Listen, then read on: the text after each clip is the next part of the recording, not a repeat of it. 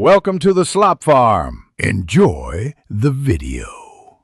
You're going to set up the navigation bar and gestures so you move fast. First, open Settings and go to Accessibility, then Touch. This lets you enable Assistive Touch or Customize Back Tap.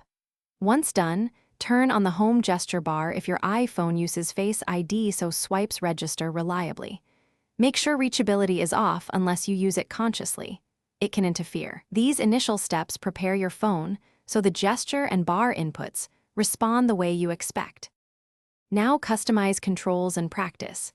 You'll assign back tap actions or use assistive touch to map common tasks like Home, App Switcher, or Control Center. Then rehearse. Swipe up to go home, pause and swipe up for the App Switcher, and swipe between apps along the bottom. Once done, tweak gesture sensitivity and timing in accessibility so taps register without false positives.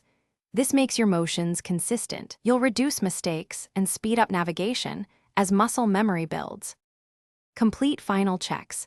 Test every gesture and the navigation bar in apps and the home screen. If something fails, restart the iPhone first. That often clears temporary glitches. Make sure reachability isn't conflicting with your bar gestures, and if issues persist, reset only the gesture settings rather than all preferences.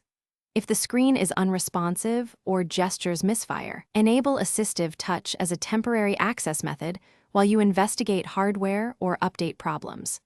This gives you immediate control and a path to fix the root cause. Thanks for watching. Consider subscribing if we helped you today.